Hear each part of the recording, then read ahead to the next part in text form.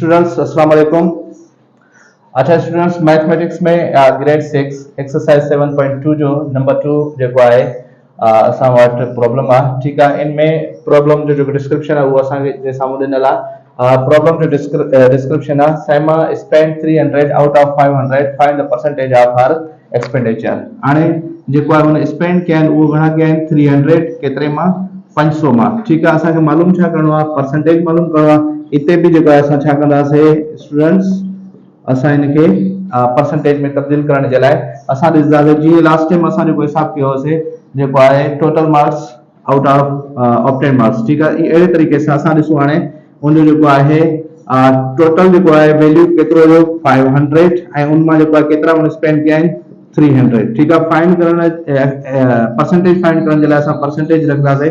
Percentage is equal to 100 आहे। ठीक आहे, 100। ठीक आहे, हाणे असां छा कंदासीं, इनखे डिवाइड कंदासीं, डबल ज़ीरो हिन जा ख़तम, डबल ज़ीरो हिन जा ख़तम।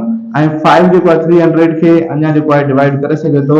5 खे 5 वन टाइम डिवाइड कंदो ऐं 3 खे नथो करे। 30 खे जेको आहे 6 टाइम डिवाइड कंदो ऐं 0 जेको आहे असां डिवाइड करे नथा सघूं, हिते 0 जो 0 बचंदो।